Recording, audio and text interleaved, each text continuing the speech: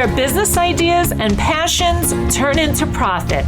Napkin ideas are no longer tucked away in drawers, and women around the globe are turning their hobbies into million-dollar businesses. Welcome to Million Dollar Hobbies. Here's your host, world-renowned jewelry designer and Shop HQ celebrity, Victoria Wieck.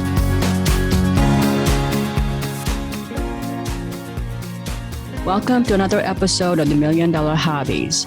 Today, I have the honor of introducing my youngest guest so far to date, and he is very impressive. His name is Nathan Bynum. And at the age of 25, actually at the age of 24, he became a best-selling author. The book is titled Goal-Setting Habits to Achieve Your Goals. But what we're going to talk about today is something that might be really relevant to you and your business and something that we can all really benefit from. I know myself personally, a lot of my students have fallen into this trap of, the website. I mean, for a lot of you, the small business owners, the website thing is kind of like a puzzle that we don't understand all that well. So, and let me just give you the stats on this too. 90% of startups fail. 90%. That's a staggering number. And there was no excuse for it. There was no good reason for it. And one of those things actually has to do with Nathan's specialty, which is to, building a great website cost effectively and something that's pretty flexible, and you can track your ideal clients. You can attract them. You can track, their activities, as well as making it very friendly for them to shop with you, to get to know you, to fall in love with you. So without further ado, I mean, it's just amazing. The other thing I was going to say is, like, my husband always says to me that when it comes to internet, SEO, website, or any kind of a tech person, the younger, the better. So I found my youngest guy. His name is Nathan Bynum. So welcome to the show, Nathan. Thanks for having me, Victoria. Excited to be here. So you look like a kid. Okay. So for those of you who are listening to me only on audio, you might want to check us out on YouTube because he literally looks like, one of these high school kids. So Nathan, there was this, first of all, I'm going to talk about, I mean, I didn't really plan on this, but there was this sort of a perception or maybe a misconception that millennials are kind of lazy as a generation, lazier generation than the baby boomers and everybody that came before you. I find that not to be true. I mean, I've actually lately run into a lot of millennials who are super smart, very much a go-getter, and they found their niche. I mean, in many ways, I think your generation actually grew up with your cell phones, on your hips, probably by the time you were like in middle school. So clearly, there are some things that you guys do so much better than we do. And one of those has to do with websites. So tell me, like, a lot of times you look at, I mean, do you believe that websites are absolutely necessary for every business now? I think so, definitely after the whole pandemic thing, but even before that, it's just critical to get your website out there, because I don't remember the exact numbers, but I came across a stat the other day. It was talking about it's somewhere over 50% of searches on Google are for local businesses. Mm-hmm. And so if you don't have a website out there, then you're going to be losing a lot of traffic. I think that's absolutely true, because a couple of days ago, I went out for Thai food, and I actually do takeout Thai food. And this Thai food place, we've been going there before the pandemic, like once a week. It's one of the big local hangouts out here. And we kind of wanted to have a easy night. My kids were over and we all wanted to eat different things. And so the first thing we did was we checked out their website and to see what the menu is, if they change their hours and all that stuff. And lo and behold, they actually had their old menu, old time. Like they weren't open on, they were closing at like 8:00 or something like that. And we didn't know. So, we called on the phone and asked them if they're closing at 8:00. And they said, oh, no, we're open till 10. So we told them, like, well, your website says you're open till 8. So, this is a kind of a simple example of how, and this Thai restaurant was like 3 miles down the road. So, the perception is that people actually go to websites for special occasions, but that's not true. We kind of Google all this stuff because it's easier to do that than get on the phone. So I think the idea that the websites play a critical role, especially for small businesses, and it doesn't have to cost a fortune. Is that right? Oh yeah, you can do it easily under a couple $100 to set it up. So, and I know that you help people to build their websites. You help people build them, in fact, in 2 hours, which is kind of amazing because I can't even navigate my own website sometimes, in an hour or something. So I think that's a great service you do for small business people. I also want to ask you, maybe you can kind of, sort of expand on this. And I myself, and being in the older generation, in fact, I started my business in 1989 before the first, computers were, or personal computers were around. I mean, before that, you were probably way too young. You were way too young to remember this because you'd have to go to a movie. But in 89, if you wanted to have access to a computer, you have to go to a bank. They had those green screens with the green letters. Or you'd have to go to university. Like I went to UCLA, that's very close to where I lived, and I am an alumni, so I would go there, and you have microfiche, all this stuff. But today, that's not the case. So for those of us who grew up in that generation, younger generation like you might think we do things backwards, and we do a lot of times. So there is this perception among older small business people, like, website is a website. They're all the same. They've got a URL. They got an address. They got a contact, and you got a menu, or you have a menu of services. Or like if you're a hair salon, you have your hours, and you got great looking pictures of, whoever. And I think especially small business women, and I'm not saying anything bad about women, people don't like to me talking about something, but a lot of us women, we focus on the aesthetics, like the colors, the main theme, the font, and how does it make you feel? And those are all branding elements. And I get that you do need that.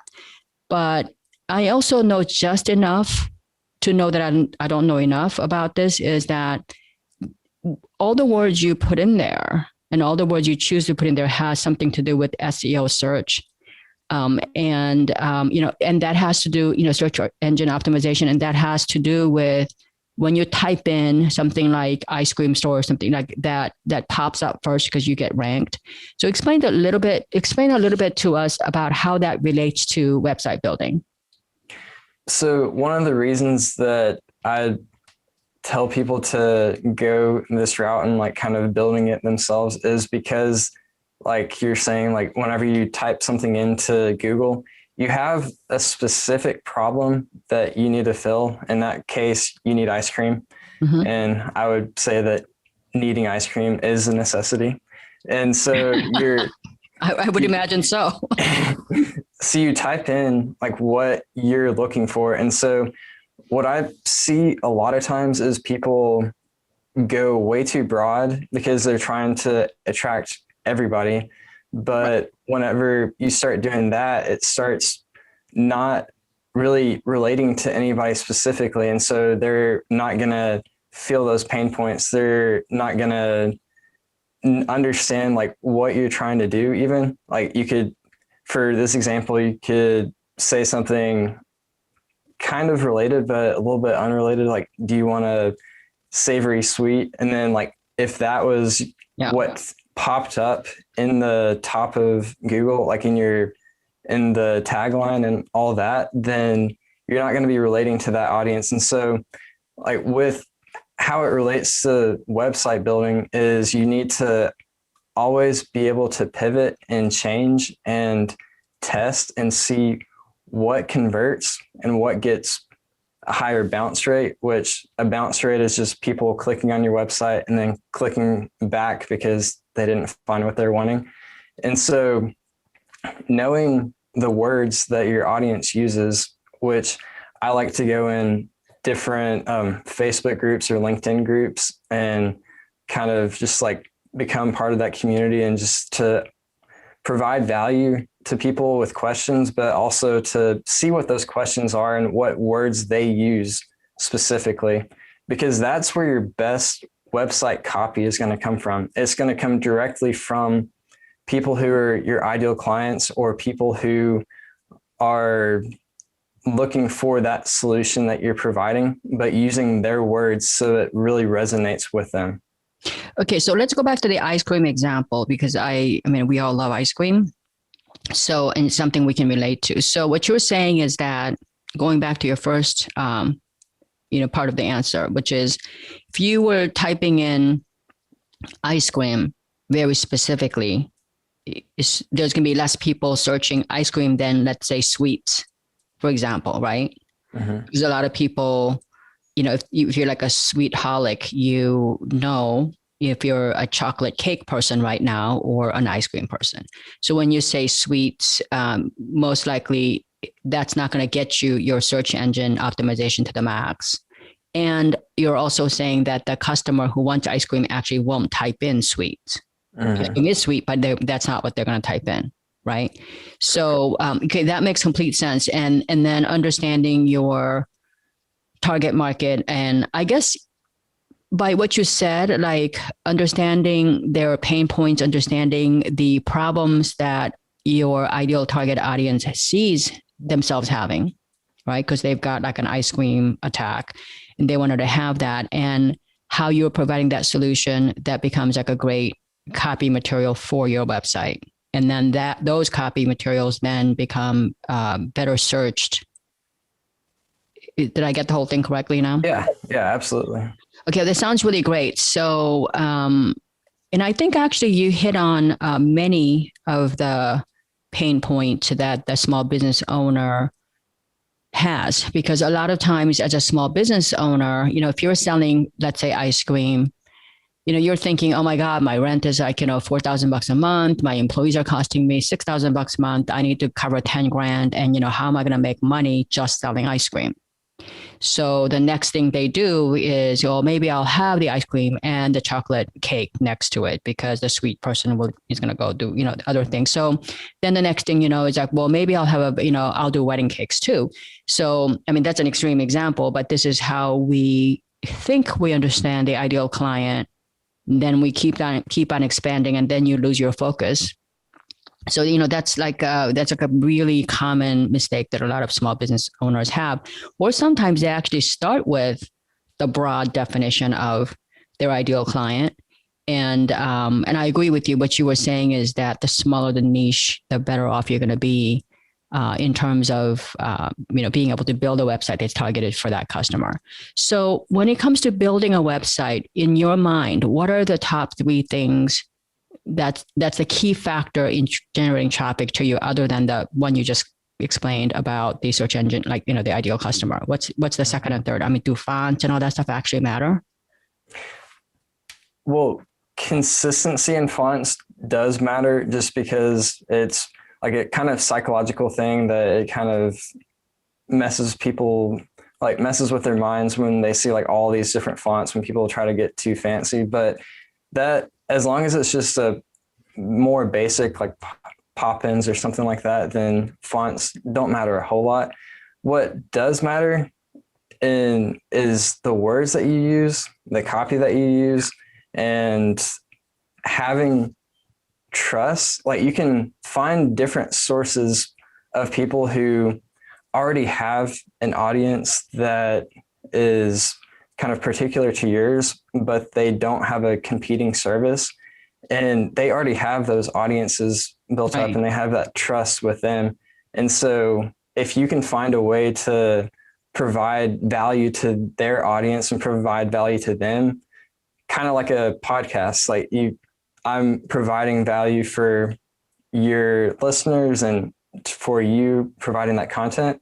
And the reason that is so important is that they already have that relationship with you. They understand that you're a giver. They understand that, like, okay, this person that I trust already trusts you. And so they're going to, even before they get to the website, like, they have that built up. And so it's not going to matter as much what all the fancy little things that you do are going to do on that website.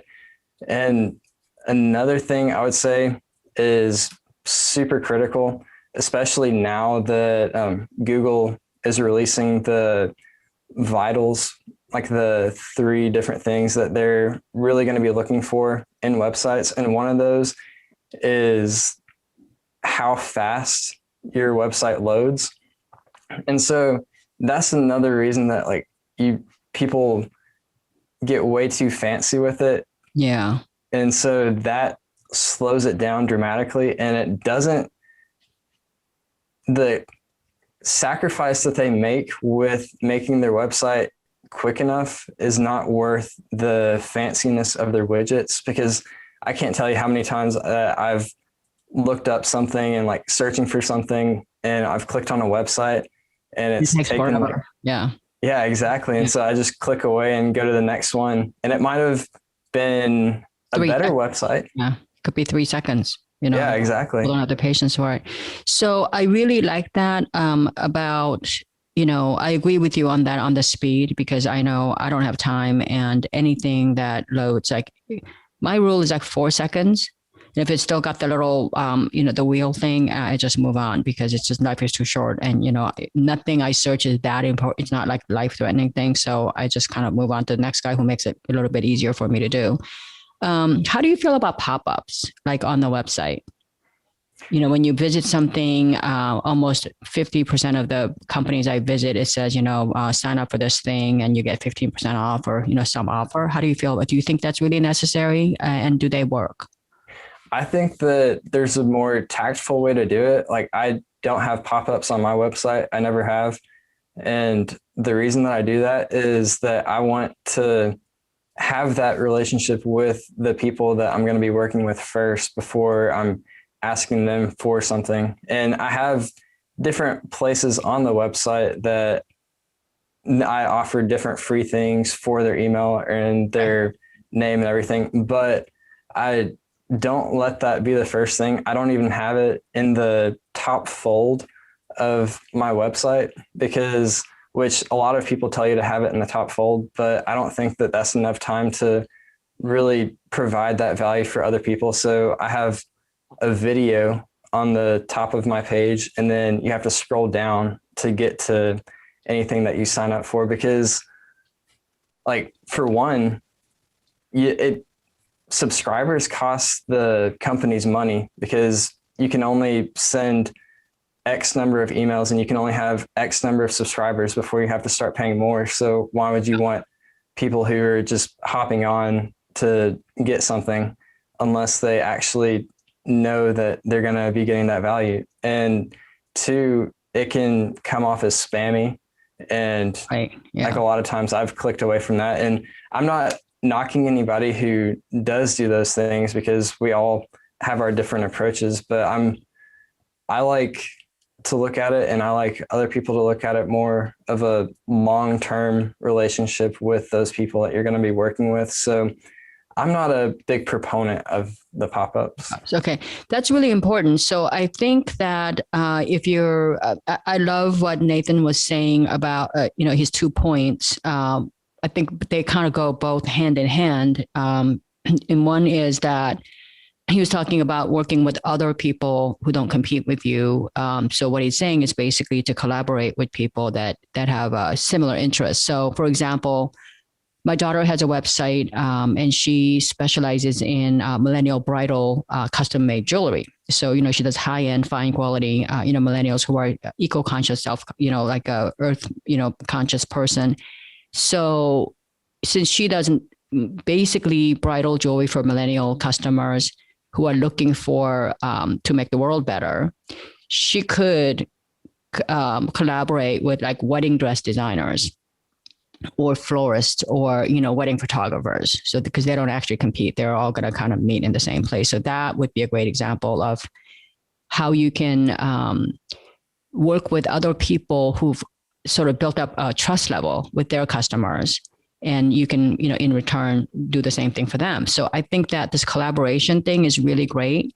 And when it comes to pop-ups, what Nathan was saying was that build a trust, gain their trust, gain their respect first before you offer them like a free discount on something, because, you're going to end up attracting people who only value that coupon. They're going to leave you for another coupon and they'll never come back, and it basically costs you money. So I like those lessons there as well. And then my next question was on the all the signups too. Like, do you think like having a newsletter or a blog, are they still relevant now on your website or no? Yeah, I think so, because that's another way, like having a newsletter is another way to provide value to people, because I know like what my customers, my email subscribers, all of them are looking for. Mm-hmm. And so I do that. I do a newsletter a couple times a month, just providing them things that I've learned or resources that have benefited me. So having just like finding all the different ways that you can find to add that value is critical. And so that's why I have those signups. That's why I have the email address. And that's why I have like all those things, is to provide that value. And I have a rule set up for myself that 90% of the emails that I send are just straight up good content, value, and not pitching anything. And then I do have that 10% where I'm like, this is what I offer. If you want it, if not, then just wait till the next email and it'll be some more content. I really like that. I think what you're advocating and your rules that you have set for yourself is like how we used to all do business before digital age. Like you would never, like before the internet, before the digital, before the cell phones, we would never go up to somebody and go, hey, my name is Victoria. Oh, you're Nathan? Buy this. Like, we wouldn't do that. Right? We would ask you, how are you? How is your family? And so basically I think that building that relationship and some sort of a trust, and that only then that coupon or anything, that matters. And I think the newsletter, I would assume the consistency of the newsletter is kind of important. Now, I've always had this kind of like a itchy question about this, and I still haven't done it for this one reason, is that because I'm not sure. So I didn't do it, because when in doubt, like, don't do it. That's my rule. So like at holiday times, I do fine jewelry when I'm not podcasting, and my customers are very loyal. Jewelry is one of those categories that, you have if you don't have an emotional connection with your customer, you don't sell it. Okay. Cause we're selling things like, wedding rings, graduations, anniversaries, birthdays. So I've always wanted to share like what my family's Christmas is like maybe great recipe that I still treasure and I only eat it once a year kind of thing. Do you think that those add value at all? Or do you think I should just stay strictly business?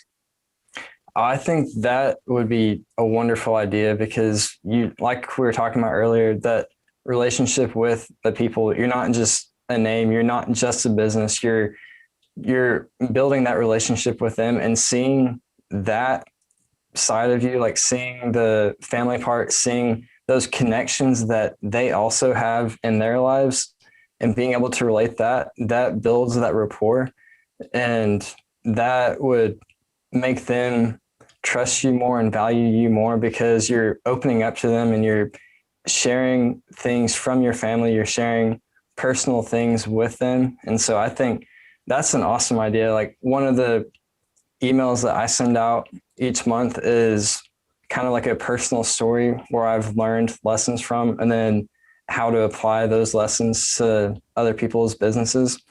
And so just having that, I think has a huge effect on just like building that relationship with them.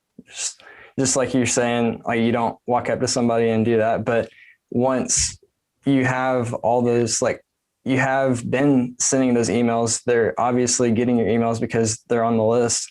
And so they know kind of who you are. Like they can listen to your wonderful podcast. They can find you in all these different places. And so they do kind of know you. And so sharing those stories is just kind of natural. Yeah, that's great. I love that. I love the advice because I've always, wondered if that is like, way too much me kind of thing. Cause I have a lot of respect for my customers and their time. And so, and I don't cook often either, but there's a lot of stuff that we eat once a year just because, other people, who gather with you kind of like, and what it means to them kind of thing. So that's really great. Now, my last question, is, and there might be follow-up questions after that, is I know that you say that you can build. But actually I have two questions. Number one, you're a huge advocate of building a website that's flexible enough so that you're basically building a website for now. While you're testing, your product lines, your service, your pricing and all that, because we're constantly testing. And I mean, my whole motto for running a business is test it. Then once you figure out what's working or what customers like most about it, you tweak it, then you build it, then you basically accelerate, a little bit more, scale this up, and then you do it over and over. So in order for you to do that, you would need to build like 3 or 4 different websites in that whole process. So you're saying that number one, you can build that test website or website while you're testing in less than 2 hours or up to 2 hours. And so tell me, I have a feeling that you probably could build a website in less than 2 hours, but for most of us who are not that tech savvy, is that really practical? I mean, do you do you have a reason to believe that? For remember, you have to take your hat off of yourself. That tech savvy people. Okay. So go ahead. So answering a couple of those things. One, you could build multiple websites, but I like the theme that I use, and I can kind of explain how it all works together. But the theme that I use has different modules on it to where it's the same website, but I word things differently, and 50% of people see one thing, 50% of people see another thing. And so that way I don't have to build multiple websites to test different things. And two, I'm always testing things on my website. Like right now, the top does not have the menu on it. You have to scroll all the way down to the bottom, because I have a video on the top, and I'm seeing like if that helps build that relationship more. And so I'm not saying that you have to build multiple websites to do it. You could do it that way, but I find it easier to test different stats and look at them and do different like A/B testing on the websites to just figure it out that way. And two, I do believe it is possible, because I've had some people do it, and I'll put this stipulation on it. I'm not talking about like writing all the copy and everything. I'm talking about getting the pages set up and getting them looking like kind of how you want them, like the aesthetics and all that, and connecting that with the host, connecting that with the domain name, getting it completely live and set up in 2 hours. But then you'll have to do like the writing and all of that afterwards. So I don't know how long that would take. And I can kind of explain to you in a metaphor if you want me to kind of explain how all that works. Yeah, go ahead. So this is how I explain it to people whenever they're first asking me like how to build a website. Because like you were saying at the beginning, it's kind of a puzzle. You don't know how all the pieces go together until you know like what the puzzle looks like. And so how they go together is like, say that you're building a house. And so in order to have the house, you obviously have to have land. And so if the website is the house, or in this case, it'd be technically a content management system. And that's how your website is able to be like drag and drop, and you're not having to do any coding or anything. It's a content management system. And so that house is sitting on the land, and the land is the hosting service. And so that's what houses like the website on the internet to where people can get to it. But at this point, they still can't get to it because there's not an address. And so that's where the domain name comes in, or the web address. And so that's like your street address, basically, how people type it in to get to there. But not a lot of people are going to get there without a road. And so the roads are any kind of social media like Instagram, Facebook, podcast, or just whatever, LinkedIn. And those are the roads that bring people to that house. And they're able to find that website because of the content management system. But you have the house, but you don't have it set up, and you don't even have different rooms in it. And so the different rooms here represent like your homepage, services page, all the pages that you specifically need. And those are built with the theme, like I was talking about earlier. And I always recommend Divi because it's a one-time purchase, and it also has the ability to, you just literally click a button and you're able to see what it looks like on a tablet or a phone. And you can see like any type of phone. It even has them listed out. So you're able to change it based on how you want it to look on there. And Divi also has the A/B testing to where you can write one thing and write another thing and see what converts better. And so you have your house, you have the land, the hosting service, you have all the roads to get there, and you have your address, you have your room set up, and you have all the interior design. And so that's kind of how it all works together. That's really great. I mean, you know what? Next time you come on this show or anyone else's show, you should have like a little whiteboard and, like draw the little house and all that. So I love that. If people want to get a hold of you, or you want, they want to get the freebie, lessons that you give, when you sign up for newsletters. I think everything you've said today, I can completely relate to them, because I am a huge proponent of building a relationship, gaining their trust, gaining their respect. And I also believe in getting your leads, your customers, with generosity more than take. I think that we all have something to give, and that's precious. So I like, your whole philosophy of driving traffic, gaining traffic and all that, and how you can help people to build a website if they want to, but also like today, I'm not going to build my own website because I've already built it a couple of times and it's working pretty well. But for those of you who are too busy, you think you're too busy to do it, I think the lessons that Nathan shared with us today is very valuable. Even when you're hiring people, you know enough to know, the type of things that need to go there, like pop-ups. I've always had, whenever I go to a website, even websites I know well, like for example, I shop at Pottery Barn a lot, and they have their pop-up like within the first 10 seconds. And it really annoys me, because I'm like, okay, I'm already a customer, so I'm not going to apply. I'm not going to get the 15% anyway. I'm not going to sign up for the email. Like, they don't even know that I'm a customer for them. And I've spent probably upwards of $100,000 at Pottery Barn. I've done several rooms, several houses, and they still don't know who I am because they're asking me to sign up for the emails. That really annoys me. Really, I actually wrote to them and I said, look, I should be like a VIP customer for you. So that annoys me. And then stores that somebody told me about and I try to go, and then the first thing that comes up is a pop-up. And that's kind of, to me, that's a little bit, I'll go to a place where if it's like 20 seconds or 30 seconds, so I've had time to click on more than one.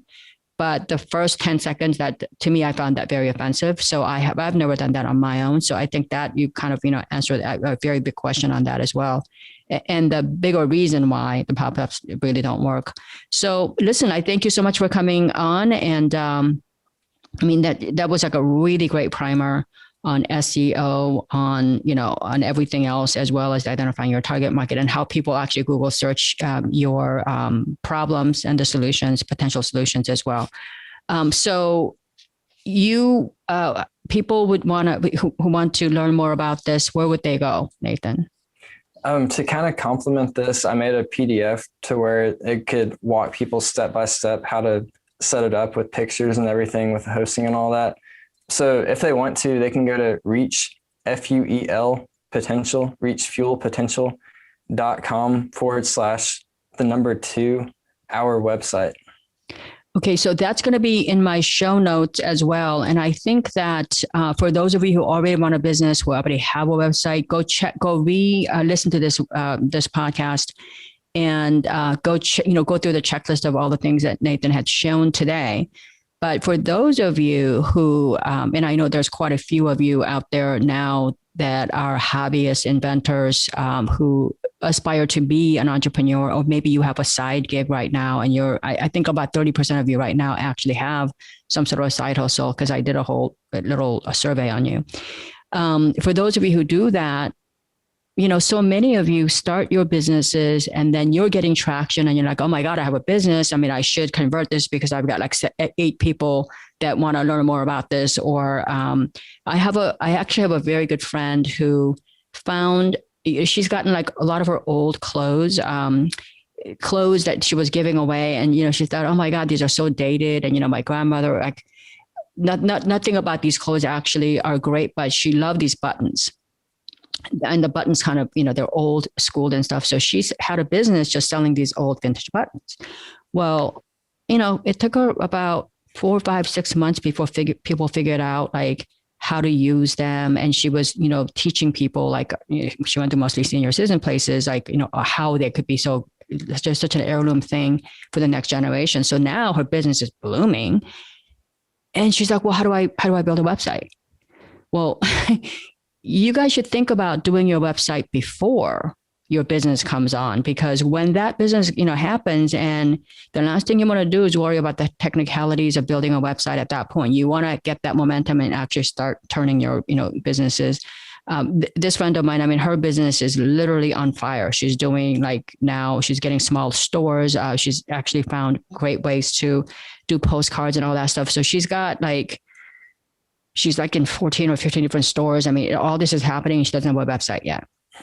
So when she then finally found the website, it was, you go for the cheapest guy, like a $500 website who's going to teach you how to do this thing on Shopify. It's too late. So that's why I wanted to have Nathan here, because you want to be proactive. You want to have, especially now that if your business is not on fire yet, now that you have a little bit of time, give that 2 hours and give your business a real chance at surviving, because that's, 90% failure rate is not necessary and not justifiable if you follow those simple little steps. So the one last thing I want to say about Nathan is he literally is a kid. So, my kids are 29 and 27 years old. And I want to say super bright, super polite. And, your parents ought to be very, very proud of you.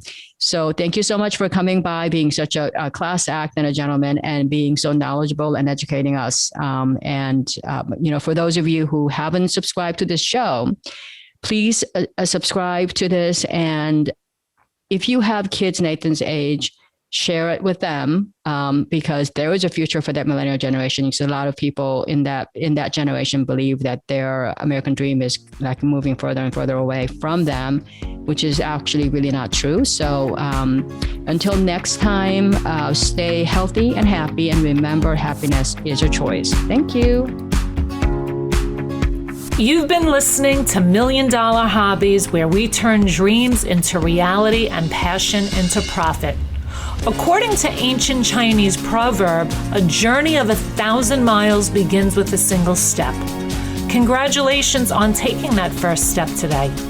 For more information on how Victoria can help you turn your hobby into $1 million, and to download Victoria's free ebook on passion-based business ideas, visit milliondollarhobbies.com. And don't forget to subscribe, rate, and review the show on your favorite podcast player.